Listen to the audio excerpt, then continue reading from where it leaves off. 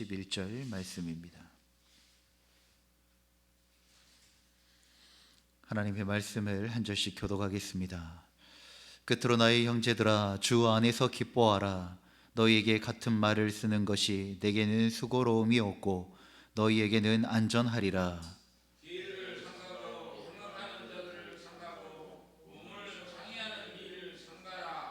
하나님의 성령으로 봉사하며 그리스도 예수로 자랑하고 육체를 신뢰하지 아니하는 우리가 곧 할례파라.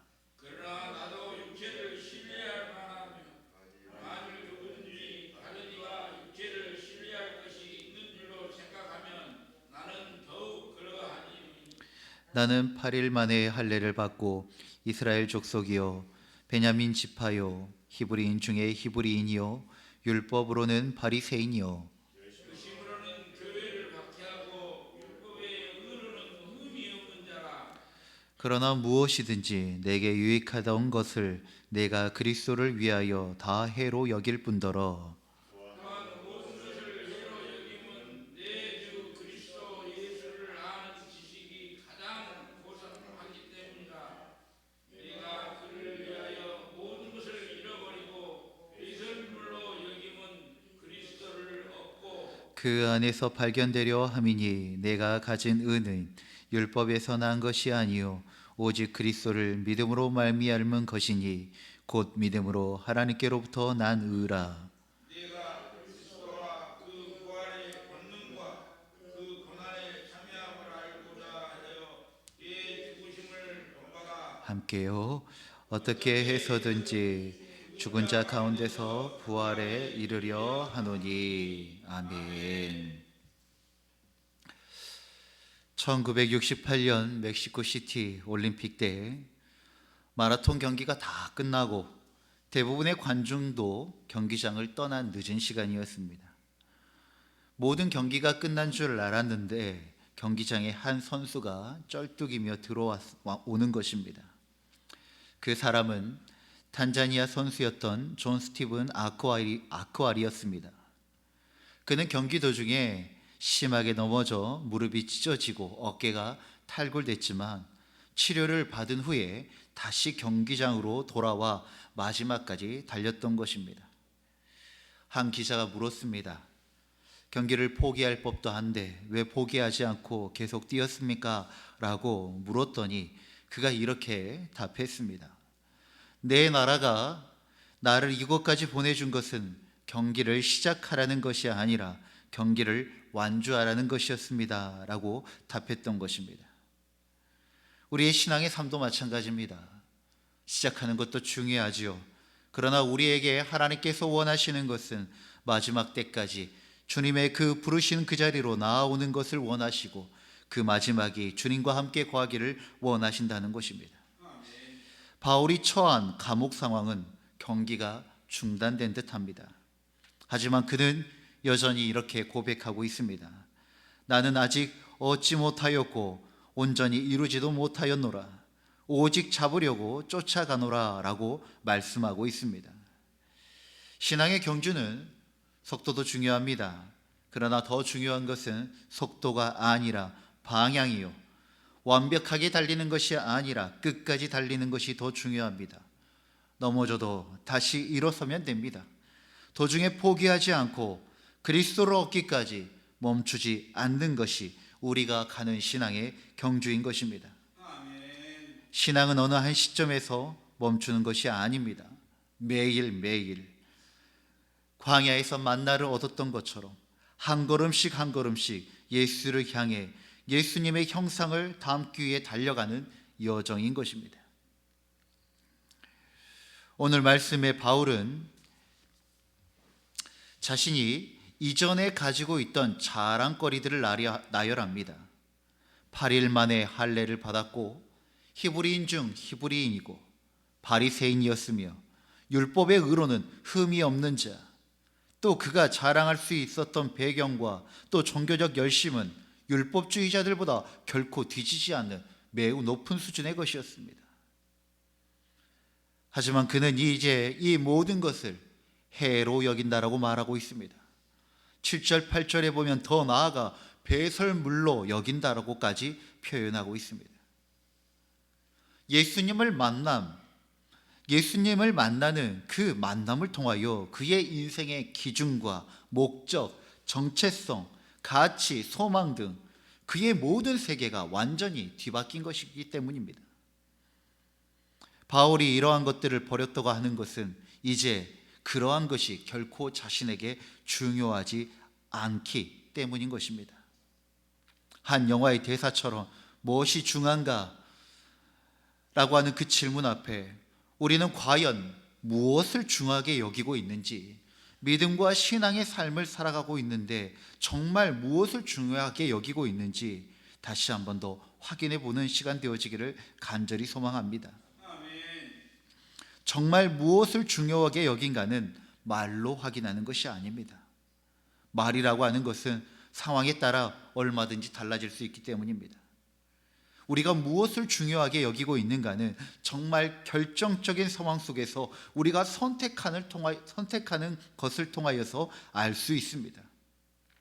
옛날 바울이 사울이었을 시절, 바울은 철저히 율법을 선택하였고 자기의 직업과 출신과 종교적 열심, 전통성 등을 택하였습니다. 그것을 위하여서 사람들의 삶과 생명을 훼손하는 것도 서슴지 않았습니다. 그런데 이제는 그러한 것들을 다 내려놓았다는 겁니다. 그것들이 결코 절대적인 가치를 가지지 않다는 것을 알았기 때문입니다. 사랑하는 성도 여러분, 하나님의 창조와 하나님의 일하심은 다시 모든 것을 제자리로 돌아가게 합니다. 하나님의 창조의 가치대로 돌아가게 한다는 것입니다. 아버지는 아버지의 자리로, 어머니는 어머니의 자리로, 자녀는 자녀의 자리로 돌려놓는 것이 하나님의 창조의 특징입니다. 아무리 동물의 생명이 중요하다고 한들 사람의 생명보다 더 클 수는 없는 것입니다. 돈과 물질이 아무리 귀하다고 하지만 생명보다 귀할 수 없습니다.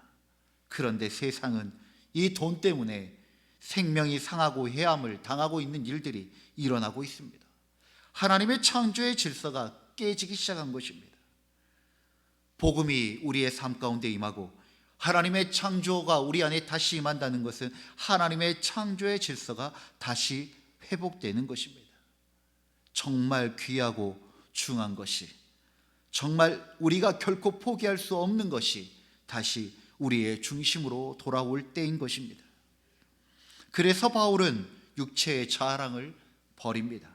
배설물로 해로 여깁니다. 이제는 육체의 것을 자랑하지 않는다는 것입니다. 사랑하는 성도 여러분, 우리는 무엇을 자랑하고 살아가고 있습니까? 좋은 차, 좋은 집, 괜찮은 투자를 통하여 큰 이익들, 감사할 일이지요. 그러나 그것이 우리의 참된 자랑이 되어서는 안 되는 것입니다. 내가 신앙 안에서 붙들고 있는 것들 중 혹시 그리스도를 얻는 데 방해되는 것이 있다면 그 또한 내려놓을 수 있어야 합니다. 복음 앞에서 모든 자랑은 사라지고 이제 오직 예수 그리스도만이 우리의 자랑이고 기준이 되어야 하는 것입니다. 사도 바울은 이처럼 육체의 자랑을 버렸습니다. 그리고 사도 바울은 새로운 것을 붙듭니다. 9절 말씀, 내가 가진 의는 율법에서 난 것이 아니요 오직 그리스도를 믿음으로 말미암은 것이니 곧 믿음으로 하나님께로부터 난 의라고 말씀하고 있습니다. 바울은 육체의 자랑은 버리고 이제 새로운 것을 붙듭니다. 새로운 것을 얻었는데 그것이 너무나도 귀하다라고 말하고 있습니다. 바울이 가진 가장 큰 확신은 바로 예수 그리스도 안에서 자기 자신을 새롭게 발견했다는 겁니다.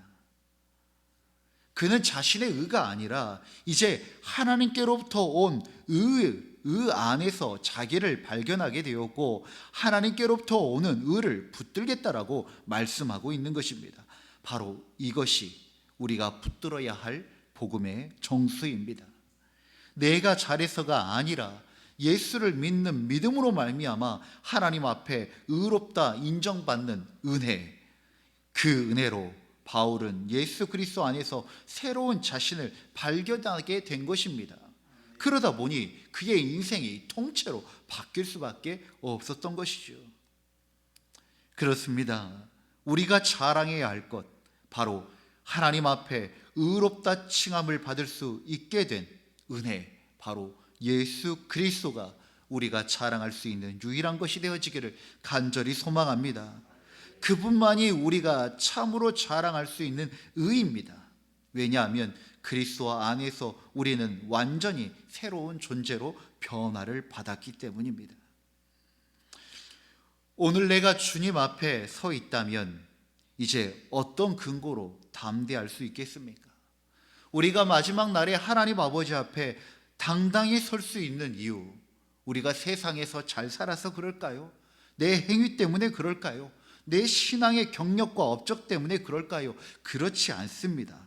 오직 우리가 하나님 아버지 앞에 담대히 설 수 있는 것은 오직 예수 그리스도를 통하여서 의롭다 칭함받은 그 의 때문에, 그것 때문에 우리는 하나님 앞에 담대히 나아가고 설 수 있는 것입니다. 그러니 이 땅에 우리의 삶에 귀한 것이 아무리 많더라도 예수 그리스도를 믿는 것을, 그리스도를 아는 지식을 가장 고상하고 가장 귀하게 여기는 우리가 되어지기를 간절히 소망합니다. 변화된 사람, 변화된 정체성, 변화된 신분과 소속은 이제 그의 삶의 목적을 완전히 달라지게 합니다. 10절부터 11절 말씀, 내가 그리스도와 그 부활의 권능과 그 고난의 참여함을 알고자 하여 그의 죽으심을 본받아 어떻게 해서든지 죽은 자 가운데서 부활에 이르려 하노라 라고 말씀하고 있습니다. 바뀌어지니 바울은 예수 그리스도 안에서 발견된 자신의 존재와 목적을 분명하게 합니다. 바울은 그 목적을 향하여 지금도 달려가고 있다고 말하고 있습니다. 그의 목표는 단순히 구원받는 것이 아니라 이제 그리스도 예수를 닮아가는 것입니다. 그리스도 예수를 닮아간다는 거죠. 그것은 바로 예수님께서 가셨던 것처럼 고난도 피하지 않고 그 고난 속에서 그리스도의 부활의 권능이 함께하는 그 감격과 그 능력을 가지고 살아가는 것입니다. 결국 사도 바울의 변화된 자신의 삶의 목적은 부활에 이르기까지입니다. 예수님의 일대기가 이제 바울의 일대기가 되어지며 이제 믿는 자들, 바로 우리들의 인생이 되는 것입니다.